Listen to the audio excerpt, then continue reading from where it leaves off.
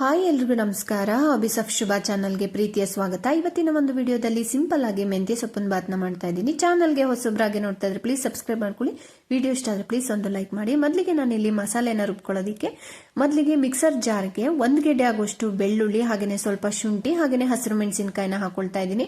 ಹಸಿರು ಮೆಣಸಿನಕಾಯಿನ ನೀವು ಖಾರಕ್ಕೆ ತಕ್ಕನಾಗಿ ಹಾಕೊಳ್ಳಿ. ನಾನಿಲ್ಲಿ ಒಂದು 10 ರಿಂದ 15 ಹಸಿರು ಮೆಣಸಿನಕಾಯಿನೇ ಹಾಕೊಂಡಿದ್ದೀನಿ. ಏನಕ್ಕೆ ಅಂದ್ರೆ ಇದು ಖಾರ ಆಗಿಲ್ಲ ಫ್ರೆಂಡ್ಸ್, ಹಾಗಾಗಿ ನಾನು ಇಷ್ಟು ಹಾಕೊಂಡಿದ್ದೀನಿ. ಜೊತೆಗೆ ಸ್ವಲ್ಪ ಈರುಳ್ಳಿ, ಹಾಗೇನೆ ಫ್ರೆಶ್ ಆಗಿರುವಂತ ಸ್ವಲ್ಪ ಕೊತ್ತಂಬರಿ ಸೊಪ್ಪು, ಇದಿಷ್ಟನ್ನು ಹಾಕಿ ಟೀ ಕುಡಿಯುವಂತ ಲೋಟದಲ್ಲಿ 1/4 ಲೋಟ ಆಗೋಷ್ಟು ನೀರನ್ನ ಹಾಕಿ ನಾವು ಇದನ್ನ ರುಬ್ಕೋಬೇಕಾಗುತ್ತೆ. ಹಾಗೇನೆ ಫ್ರೆಂಡ್ಸ್, ಈ ಟೈಮಲ್ಲಿ ನೀವು ಸ್ವಲ್ಪ ಹಸಿ ತೆಂಗಿನಕಾಯಿ ತುರಿ ಬಳಸಬಹುದು. ನಾನು ಯಾವಾಗ್ಲೂ ತೆಂಗಿನಕಾಯಿ ತುರಿ ಕಡಿಮೆನೇ ಬಳಸೋದು, ಹಾಗಾಗಿ ನಾನು ಇಲ್ಲಿ ಹಾಕಿಲ್ಲ.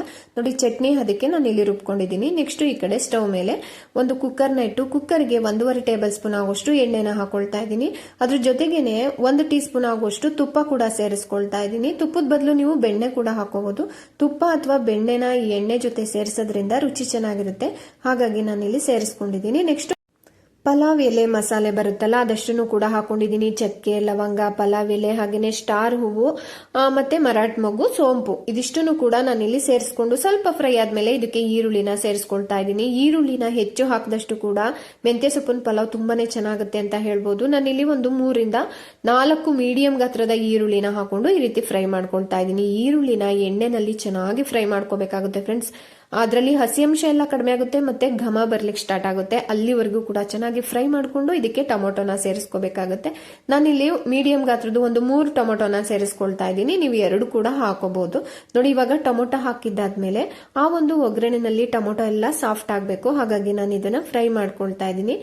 ಟೊಮೊಟೊ ಬೇಗ ಸಾಫ್ಟ್ ಆಗ್ಲಿ ಅಂತ ಹೇಳ್ಬಿಟ್ಟು ಉಪ್ಪು ಕೂಡ ಸೇರಿಸ್ಕೋಬಹುದು. ಈ ಟೈಮಲ್ಲಿ ನಾನು ಸೊಪ್ಪನ್ನ ಹಾಕ್ತೀನಲ್ಲ, ಅವಾಗ ಉಪ್ಪನ್ನ ಸೇರಿಸ್ಕೊಳ್ತೀನಿ. ನೋಡಿ, ಇವಾಗ ಮೆಂತ್ಯ ಸೊಪ್ಪು ಹಾಗೇನೆ ಸಬ್ಸಿಗೆ ಸೊಪ್ಪು ಇದಿಷ್ಟನ್ನು ಕೂಡ ಕಟ್ ಮಾಡಿ ಚೆನ್ನಾಗಿ ತೊಳೆದು ನಾನು ಇಲ್ಲಿ ಸೇರಿಸ್ಕೊಳ್ತಾ ಇದ್ದೀನಿ. 1-2 ಕಟ್ ಆಗುವಷ್ಟು ಮೆಂತ್ಯ ಸೊಪ್ಪು, ಹಾಗೇನೆ 1 ಕಟ್ ಆಗುವಷ್ಟು ಸಬ್ಸಿಗೆ ಸೊಪ್ಪನ್ನ ನಾನು ಇಲ್ಲಿ ಸೇರಿಸ್ಕೊಳ್ತಾ ಇರೋದು. ಈ ರೀತಿ ಒಗ್ಗರಣೆಗೆ ಸೊಪ್ಪನ್ನ ಸೇರಿಸ್ಕೊಳ್ಳೋದ್ರಿಂದ ಸೊಪ್ಪು ಸ್ವಲ್ಪ ನೀರ್ ಬಿಟ್ಕೊಳ್ಳುತ್ತಲ್ಲ ಫ್ರೆಂಡ್ಸ್. ನೋಡಿ, ಹೀಗೆ ಫ್ರೈ ಮಾಡ್ತಾ ನೀರ್ ಬಿಟ್ಕೊಳ್ಳುತ್ತೆ. ಆ ನೀರೆಲ್ಲ ಸ್ವಲ್ಪ ಇಂಗಬೇಕು, ಅಂದ್ರೆ ಕಡಿಮೆ ಆಗ್ಬೇಕು. ಅವಾಗ ನಾವು ಮಸಾಲೆನ ಹಾಕೋದ್ರಿಂದ ಪಲಾವ್ ಒಂದ್ ಸ್ವಲ್ಪ ಮೆತ್ತಗಾಗುತ್ತಲ್ಲ, ಆ ತರ ಆಗಲ್ಲ. ನೋಡಿ, ಈ ರೀತಿ ನೀರ್ ಬಿಟ್ಕೊಳ್ಳುತ್ತೆ. ಇದು ಕಂಪ್ಲೀಟ್ ಆಗಿ ಸ್ವಲ್ಪ ಡ್ರೈ ಆಗುತ್ತೆ, ಅಲ್ಲಿವರೆಗೂ ಕೂಡ ಇದನ್ನ ಫ್ರೈ ಮಾಡ್ಕೋಬೇಕಾಗುತ್ತೆ. ನೋಡಿ, ಈ ರೀತಿ ಸ್ವಲ್ಪ ನೀರಿನಂಶ ಎಲ್ಲ ಕಡಿಮೆ ಆಗೋವರೆಗೂ ಕೂಡ ಫ್ರೈ ಮಾಡಿಕೊಂಡು ನೆಕ್ಸ್ಟ್ ನಾವು ಇದಕ್ಕೆ ಮಸಾಲೆನ ಸೇರಿಸ್ಕೋಬೇಕಾಗತ್ತೆ. ಇವಾಗ ನೋಡ್ತಿದ್ದೀರಲ್ಲ, ಸ್ವಲ್ಪ ಡ್ರೈ ಆಗಿದೆ. ಸೊಪ್ಪಿನಲ್ಲಿ ಇರ್ತಕ್ಕಂಥ ನೀರಿನಂಶ ಎಲ್ಲವೂ ಕೂಡ ಕಡಿಮೆ ಆಗಿದೆ. ಇವಾಗ ನಾನು ರುಬ್ಬಿರೋಂಥ ಮಸಾಲೆನ ಸೇರಿಸ್ಕೊಳ್ತಾ ಇದ್ದೀನಿ. ನೋಡಿ, ಈ ಟೈಮಲ್ಲಿ ನೀವು ಗರಂ ಮಸಾಲೆ ಕೂಡ ಸೇರಿಸ್ಕೋಬಹುದು. ಒಂದು ಅರ್ಧ ಟೀ ಸ್ಪೂನ್ ಆಗುವಷ್ಟು ಗರಂ ಮಸಾಲೆ ಇದ್ರೆ ಅದು ಕೂಡ ಸೇರಿಸ್ಕೋಬಹುದು. ನೋಡಿ, ಇವಾಗ ಮಸಾಲೆನ ಹಾಕಿದ್ದಾದ್ಮೇಲೆ ಇದರಲ್ಲಿ ಇರ್ತಕ್ಕಂಥ ಸ್ವಲ್ಪ ನೀರಿನಂಶ ಎಲ್ಲ ಕಡಿಮೆ ಆಗ್ಬೇಕು, ಅಲ್ಲಿವರೆಗೂ ಫ್ರೈ ಮಾಡ್ಕೋಬೇಕಾಗುತ್ತೆ. ನಾವಿಲ್ಲಿ ಎಣ್ಣೆ ಕೂಡ ಜಾಸ್ತಿ ಹಾಕಿಲ್ಲ, ಸುತ್ತನೂ ಎಣ್ಣೆ ಬಿಟ್ಕೊಳ್ಳುತ್ತೆ.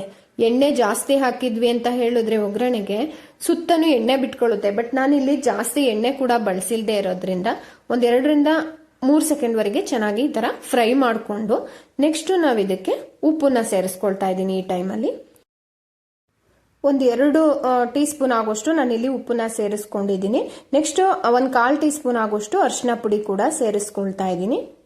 ಈ ಟೈಮಲ್ಲಿ ಉಪ್ಪು ಹಾಗೇನೆ ಅರಿಶಿನ ಪುಡಿನ ಸೇರಿಸ್ಕೊಳ್ಳೋದ್ರಿಂದ ಸೊಪ್ಪು ಕೂಡ ಚೆನ್ನಾಗಿ ಸಾಫ್ಟ್ ಆಗುತ್ತೆ, ಹಾಗೇನೆ ರುಚಿನೂ ಕೂಡ ಚೆನ್ನಾಗಿರುತ್ತೆ.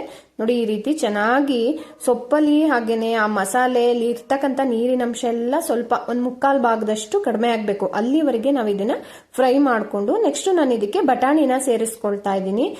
ಒಣ ಬಟಾಣಿನ ರಾತ್ರಿನೇ ನೆನೆಸಿ ಹಾಕೋಬಹುದು, ಹಸಿ ಬಟಾಣಿ ಇದ್ರೆ ಅವಾಗ್ಲೇನೆ ಸುಲಿದ್ಬಿಟ್ಟು ಹಾಕೋಬಹುದು. ನಾನಿಲ್ಲಿ ಬಟಾಣಿನ ಸ್ವಲ್ಪ ಜಾಸ್ತಿನೇ ಯೂಸ್ ಮಾಡ್ತಾ ಇದ್ದೀನಿ. ಇಷ್ಟೇ ಹಾಕ್ಬೇಕು ಅಂತ ಏನಿಲ್ಲ, ಬಟಾಣಿ ಕಡಿಮೆ ಕೂಡ ಹಾಕೋಬಹುದು. ಬಟಾಣಿ ಹಾಕಿದ್ದಾದ್ಮೇಲೆ ಒಂದ್ಸಲ ಚೆನ್ನಾಗಿ ಈ ರೀತಿ ಮಿಕ್ಸ್ ಮಾಡ್ಕೊಳ್ತಾ ಇದ್ದೀನಿ. ನೆಕ್ಸ್ಟ್ ಈ ಕಡೆ ನಾನು ತೋರಿಸ್ತಿದ್ದೀನಲ್ಲ, ಈ ಒಂದು ಲೋಟದಲ್ಲಿ 2 ಲೋಟ ಆಗುವಷ್ಟು ಸೋನಾ ಮಸೂರಿ ಅಕ್ಕಿನ ತಗೊಂಡಿದ್ದೀನಿ. ಅಕ್ಕಿನ ಚೆನ್ನಾಗಿ ತೊಳೆದು ಇಟ್ಕೊಂಡಿದ್ದೀನಿ. ಇಲ್ಲಿ ನಾನು ಇದನ್ನ ನೆನೆಸಿಲ್ಲ, ಅಕ್ಕಿನ ಹಾಗೇನೆ ಹಾಕೊಳ್ತಾ ಇರೋದು. ನಾನಿಲ್ಲಿ 2 ಲೋಟ ಆಗುವಷ್ಟು ಅಕ್ಕಿನ ತಗೊಂಡಿರೋದ್ರಿಂದ 4 ಲೋಟ ಆಗುವಷ್ಟು ನೀರನ್ನ ಸೇರಿಸ್ಕೊಳ್ತಾ ಇದ್ದೀನಿ. ಈ ರೀತಿ ಮಸಾಲೆ ಎಲ್ಲವೂ ಕೂಡ ಸ್ವಲ್ಪ ಡ್ರೈ ಆದ್ಮೇಲೆ ನಾವು ನೀರನ್ನ ಸೇರಿಸೋದ್ರಿಂದ ಫ್ರೆಂಡ್ಸ್ ಪಲಾವು ತುಂಬಾನೇ ಹುಡಿ ಹುಡಿಯಾಗಿ ಬರುತ್ತೆ, ಹಾಗಾಗಿ ನಾನು ಹೇಳಿದ್ದು.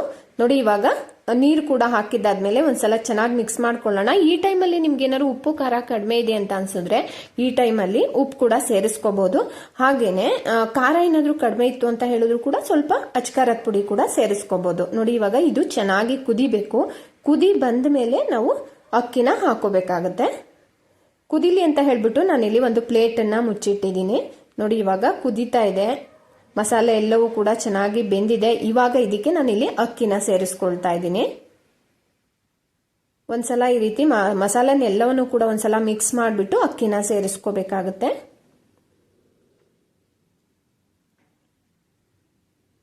ನಾನಿಲ್ಲಿ ಸೋನಾ ಮಸೂರಿ ಅಕ್ಕಿನ ಬಳಸ್ತಾ ಇರೋದು. ನೀವು ಯಾವುದೇ ರೀತಿ ಅಕ್ಕಿ ಕೂಡ ನೀವಿಲ್ಲಿ ಬಳಸ್ಕೋಬಹುದು. ಯೂಶಲಿ ಫ್ರೆಂಡ್ಸ್ ನಮ್ಮನೆಯಲ್ಲಿ ಸಾಮಾನ್ಯವಾಗಿ ಇದು ರಾಜಮುಡಿ ಅಕ್ಕಿನೇ ಬಳಸೋದು. ವಿಡಿಯೋ ಇರೋ ಟೈಮಲ್ಲಿ ನಾನು ಈ ತರ ಸೋನಾ ಮಸೂರಿ ಅಕ್ಕಿನ ಹಾಕಿ ಮಾಡ್ತೀನಿ. ನೋಡಿ ಈ ರೀತಿ ತುಂಬಾ ಉದುದ್ರಾಗಿ ಬರುತ್ತೆ ಅನ್ನೋ ಉದ್ದೇಶದಿಂದ ಈ ಸೋನಾ ಮಸೂರಿ ಅಕ್ಕಿನ ಹಾಕ್ತಾ ಇರೋದಷ್ಟೇನೆ. ನೋಡಿ ಒಂದ್ಸಲ ಈ ತರ ಚೆನ್ನಾಗಿ ಮಿಕ್ಸ್ ಮಾಡ್ಕೊಳ್ಳೋಣ. ಸ್ವಲ್ಪ ಒಂದ್ ಕಾಲ್ ಭಾಗದಷ್ಟು ಅಕ್ಕಿ ಬೆಂದ ಮೇಲೆ ನಾವು ಲಿಡ್ನ ಕ್ಲೋಸ್ ಮಾಡಿಬಿಟ್ಟು ಮೀಡಿಯಂ ಫ್ಲೇಮಲ್ಲಿ ಇಟ್ಕೊಂಡು ನೋಡಿ ಈ ತರ ಒಂದು ಕಾಲ್ ಭಾಗದಷ್ಟು ಅಕ್ಕಿ ಬೇಯುತ್ತಲ್ಲ ಅವಾಗ ಮೀಡಿಯಂ ಫ್ಲೇಮಲ್ಲಿ ಇಟ್ಕೊಂಡು ಒಂದೇ ಒಂದು ವಿಷಲ್ ಕೂಗಿಸ್ಬೇಕಾಗತ್ತೆ. 2-3 ವಿಷಲ್ ಎಲ್ಲ ಕೂಗ್ಸಿದ್ರೆ ತಳ ಹಿಡಿಯುತ್ತೆ, ಮತ್ತೆ ತಳ ಎಲ್ಲ ಸೀಯುತ್ತೆ, ಅನ್ನ ಎಲ್ಲ ಸೀಯುತ್ತೆ. ಹಾಗಾಗಿ ಒಂದೇ ಒಂದು ವಿಷಲ್, ಅದು ಕೂಡ ಮೀಡಿಯಂ ಫ್ಲೇಮ್ ಅಥವಾ ಲೋ ಫ್ಲೇಮ್ಗಿಂತ ಸ್ವಲ್ಪ ಮೇಲೆ ಇಟ್ಟು ನಾವು ಒಂದೇ ಒಂದು ವಿಷಲ್ ಕೂಗಿಸ್ಕೋಬೇಕಾಗತ್ತೆ. ನೋಡಿ ಇವಾಗ ಒಂದು ಕಾಲ್ ಭಾಗದಷ್ಟು ಅಕ್ಕಿ ಬೆಂದಿದೆ. ಇವಾಗ ನಾನಿಲ್ಲಿ ಲಿಡ್ನ ಕ್ಲೋಸ್ ಮಾಡ್ತಾ ಇದ್ದೀನಿ. ನೋಡಿ ಈ ರೀತಿ ಲಿಡ್ನ ಕ್ಲೋಸ್ ಮಾಡಿ ಒಂದೇ ಒಂದು ವಿಷಲ್ ಕೂಗಿಸ್ಕೊಳ್ತಾ ಇದ್ದೀನಿ.